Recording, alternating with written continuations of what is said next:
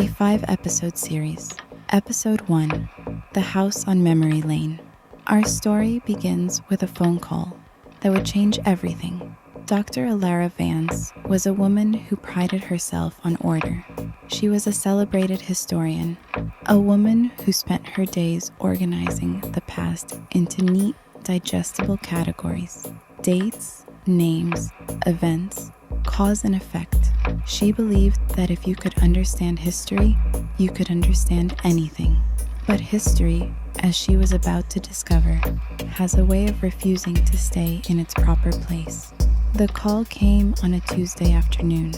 Alara was in her home office, surrounded by the comfortable chaos of her research, books stacked in careful towers, papers organized by color-coded tabs, the gentle hum of her computer. It was her sanctuary.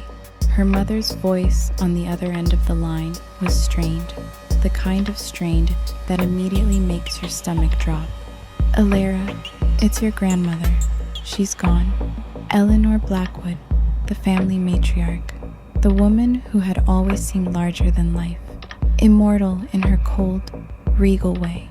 The woman who had never once told Alara she loved her, and now she was gone. The funeral was small, private, typical of Eleanor, who had never been one for public displays of anything.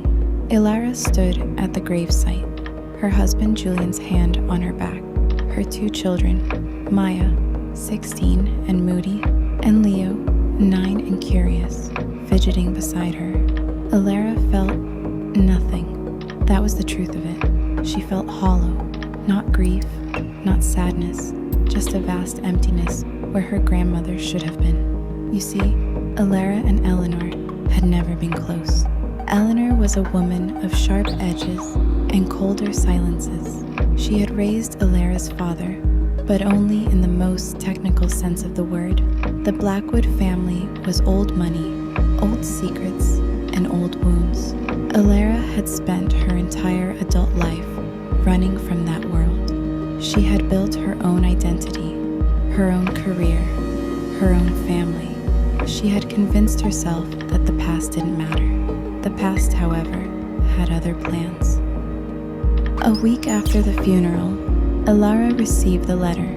It arrived in heavy cream-colored envelopes, the kind that seemed to belong to another century. Her grandmother's solicitor had sent it, along with a thick stack of legal documents. The contents were straightforward. Eleanor Blackwood had left her entire estate to Alara, all of it. The fortune, the investments, and most importantly, Blackwood House itself. But there was a catch. Of course there was a catch. The will contained a strange codicil, a condition that seemed almost deliberately designed to torment Alara. She was to personally catalog every single item in Blackwood House, every book, every piece of furniture, every dusty corner and forgotten trunk, and she had to complete this task within 6 months. If she failed, the entire estate would be donated to a historical preservation society. Alara would receive nothing. Julian, her husband, was ecstatic. "Alara, this is incredible," he said, his eyes bright with excitement. "Blackwood House must be worth millions, and you're a historian. This is literally your job. You catalog things for a living." But Alara felt a chill run down her spine. She knew Blackwood House. She remembered visiting as a child, her mother dragging her there for obligatory holiday dinners. The house was massive, intimidating, full of dark corners and closed doors. It felt more like a mausoleum than a home, and more than that, it felt like a trap. "This doesn't feel right," she said quietly. "Grandmother never did anything without a reason. She's testing me or punishing me." Julian laughed it off. "Sweetheart, your grandmother is dead. She can't test you anymore. This is just a clever way to make sure someone actually cares about the family history. And who better than you?" Alara wanted to argue. She wanted to say no, but Julian had already started making plans. He was an architect, after all. He saw the house not as a burden, but as a project, a beautiful, valuable, historic project. And so, despite every instinct screaming at her to refuse, Alara said yes. The drive to Blackwood House took 3 hours.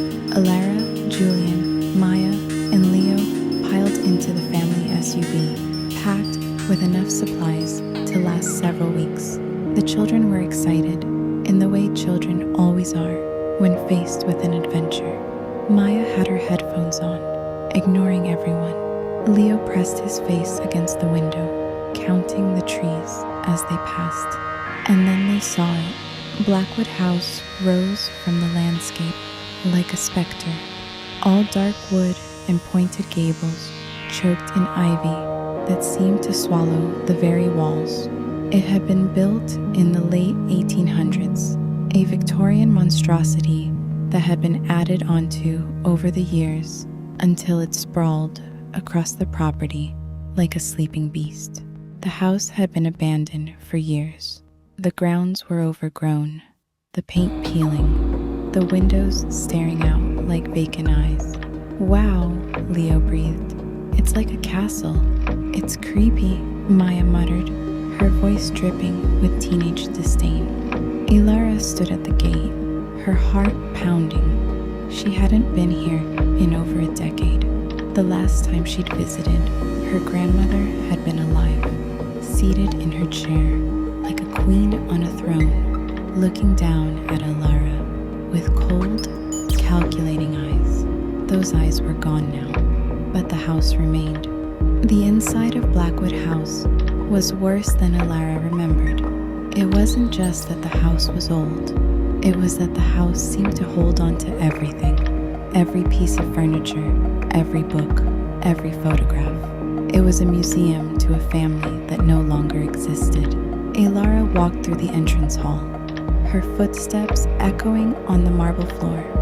The ceiling soared above them, covered in intricate plasterwork that had yellowed with age. A massive chandelier hung overhead, its crystals dimmed with dust. Dust was everywhere. It coated the furniture, layered the floor, hung in the air like a fog. "This is extensive," Julian said, trying to sound enthusiastic. "The architectural details alone are remarkable." Alara ran her hand along a bookshelf and looked at her dust-covered fingers. "This isn't going to be a simple job, Julian. This is an entire house. 6 months? That's barely enough time to just look at everything. Which is why we need to get started," Julian said, already pulling out his phone to take pictures. "I'll start documenting the architecture. You can start with the, personal items."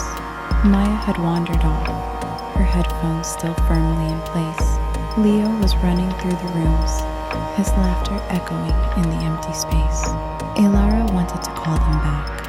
She wanted to keep them close, but something held her back. Something about this house made her want to keep her family together, even as she felt them slipping away.